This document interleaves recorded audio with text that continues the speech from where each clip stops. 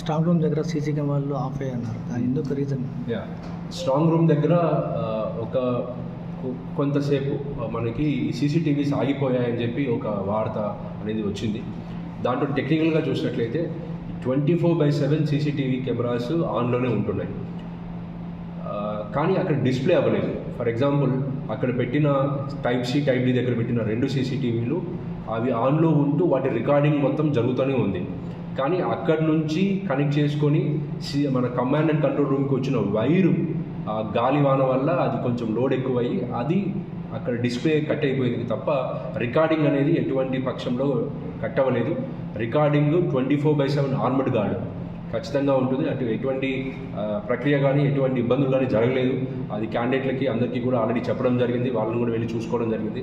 ఇక్కడ ముఖ్యంగా మీరు చూసినట్లయితే transparency is most important. Security protocol 3 అంచెలు మనం కేరళ పోలీస్ ఆల్రెడీ మొత్తం 24/7 70 మెంబర్స్ అక్కడ గార్డింగ్ జరుగుతుంది. స్టేట్ ఆర్మ్డ్ పోలీస్ కూడా అక్కడ ఉంటున్నారు 2వ అంచె దగ్గర. 3వ అంచె అంటే గేట్ దగ్గర మన డిస్ట్రిక్ట్ పోలీస్ ఫోర్స్ కూడా అక్కడ ఉంది. దాదాపు ఒక 300 మంది ఫోర్స్తో అక్కడ సెక్యూరిటీ ఉంది. కాబట్టి ఎలాంటి అవాంఛనీయ సంఘటనలు కూడా అక్కడ ఏం జరగలేదు. కేవలం అక్కడ నుంచి వచ్చిన వైరు ఏదైతే డిస్కనెక్ట్ అయిందో దానివల్ల స్ట్రీమింగ్ ఆగిందే తప్ప అక్కడ ఎటువంటి ఇబ్బంది జరగలేదు.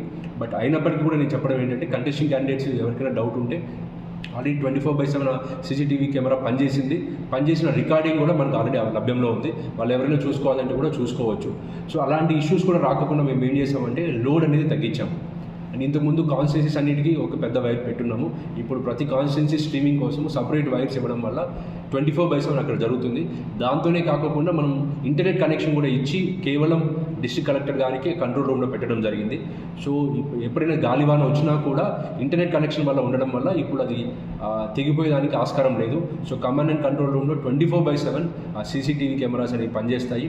అదే కాకుండా ఆర్ఓ లెవెల్లో ప్రతిరోజు ఉదయము సాయంత్రము మేము వెళ్ళి చెక్ చేసుకుంటున్నాము. అక్కడ రిజిస్టర్లో లాగ్బుక్లో మెయింటైన్ చేస్తున్నాము. సీసీటీవీ కెమెరా ఫుటేజ్ కూడా చెక్ చేస్తున్నాము. కాబట్టి పకడ్బందీగా యాజ్ పర్ ఈసీఐ గైడ్లైన్స్ ఏదైతే 3 టైర్ సెక్యూరిటీ ప్రొవైడ్ చేయమని చెప్పిందో అదే విధంగా చేస్తూ ఎటువంటి సందేహాలకు తావివ్వకుండా ప్రాపర్ వేలో దాన్ని మనం మెయింటైన్ చేయడం జరుగుతుంది. ఓకే.